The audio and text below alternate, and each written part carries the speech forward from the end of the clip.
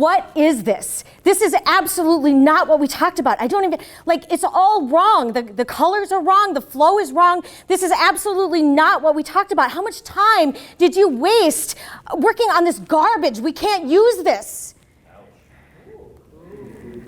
That was Becky. One of my colleagues many years ago when I was early in my career. You know what, Becky? If you have no idea how much work goes into producing something like this, this is exactly what you asked for in your communication. It is not my fault that you didn't provide specific details. It is not my fault that you are incompetent about the process that it takes for me to create something like this. You know what, Becky? Do it yourself!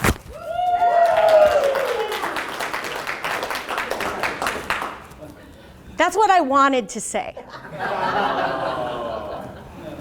And you all know this, right? You all work in professions where you serve people, where you have to get work done with people, and often that means doing it under pressure. And what happens oftentimes is we are in these tense interpersonal situations, and some of us want to fight, some of us want to freeze, some of us want to run and get the manager or maybe HR involved. But those are not the only three options. And it's not the option that I chose to use with Becky that day. Instead, I took a deep breath and I said, Becky, I think that we both want to get this right. And it seems like we're not on the same page about what the outcome needs to be. I'd really like it if we could take 5 or 10 minutes to go through our notes and then come back together and walk through and figure out what we need to do to get the outcome that we both know that we can get to together. Thank goodness that was the approach that I took, because years later, Becky became my boss.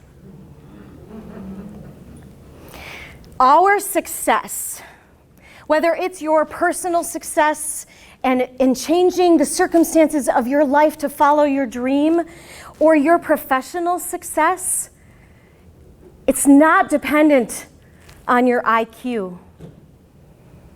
IQ is what we measure when we're talking about your ability to take in information, process it, problem solve, and come up with solutions. Many of the tools and the technology that we have today, it really boosts our collective IQ. But one of the things that technology cannot replace is our EQ, our emotional intelligence, our ability to process not only what we're feeling, which is what many people think emotional intelligence is, that it's all about controlling our emotions. That's not the only thing emotional intelligence is. It's about processing our own emotions and being able to read the room, process the emotions of the people that are across the table from us, and then stay focused and motivated on the long-term outcome that we want from that relationship. Thank goodness I didn't respond to Becky the way I wanted to, because by the time she became my boss, we had built a professional relationship based on trust and collaboration. And our relationship continued to grow.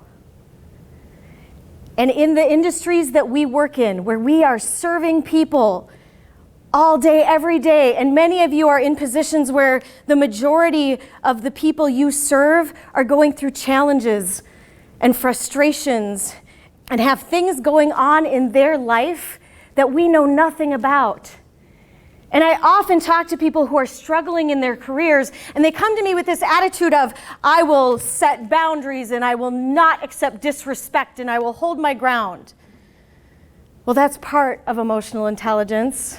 It's being able to take care of ourselves and advocate for what we need from people.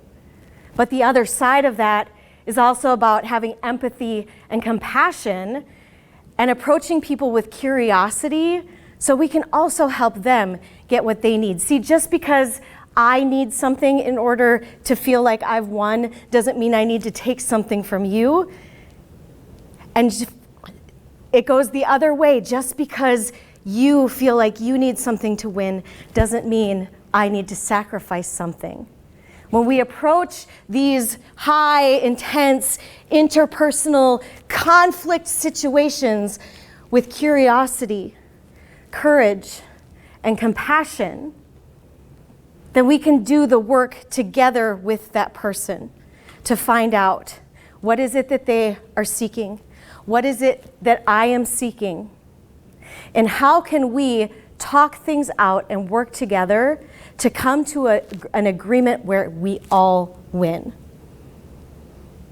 So emotional intelligence is the measure of our ability to understand our own emotions and the emotions of others, and to seek a mutually beneficial outcome for both. So how do we grow our emotional intelligence, right? It's one of the trickiest things, one of the trickiest questions that I get asked. And the very first thing that we have to do if we're really going to grow and harness emotional intelligence is we have to start having conversations with ourselves about our own emotions. Because here's the thing about emotions. Emotions, it's just chemical information. It's an automatic subconscious response that your body has to a circumstance based on some historical circumstance you may have had in the past. It's a chemical response that is just information. It's not about feeling bad about our emotions, trying to shove them aside and bury them or pretend that they don't exist. It's not about learning to feel like we're wrong for having those emotions, but it's about recognizing them and then asking ourselves, wow, I wonder where that's coming from. I wonder why that's the way I'm feeling in this moment. And then challenging ourselves to shift our mindset and our perspective to the outcomes we want. Rather than the ugly feelings we're having in the moment, we as human beings, and we're the only species that we know has this ability to disconnect and step outside of our subconscious emotions and think about our thinking. It's called metacognition, to be able to think about our thinking. And because we have the ability to do that, we have the ability to change our mind, to shift our mindset, and you say, you know what, I don't want to feel this way about this person. Instead, I'm going to choose to see the good in them. I'm going to choose to find the value that they bring, because, ladies and gentlemen, I believe that every single person in this universe brings value. Some people just don't know what that is, and they need kindness and compassion to bring it out. Once we've taken a moment to say, how do I want to think about this differently? It opens up a whole lot of choices in how we want to take action and how we want to move forward. And sometimes that might be setting a boundary. That might be saying, you know what, I really want to help you with this, but in order for me to do that, I need us to be respectful to one another. Can we make that agreement?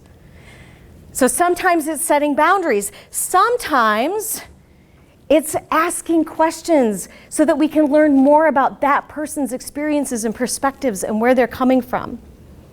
And when we exercise our power of choice, then we can take ownership for the outcomes that we get. We can take ownership of the influence that we have over our long-term relationships with the people we come in contact with every day. And that is where our success is going to come from. It's not from our IQ. It's not from our ability to use technology. It's from our ability to be emotionally intelligent in the moment with the people that we come in contact with every day.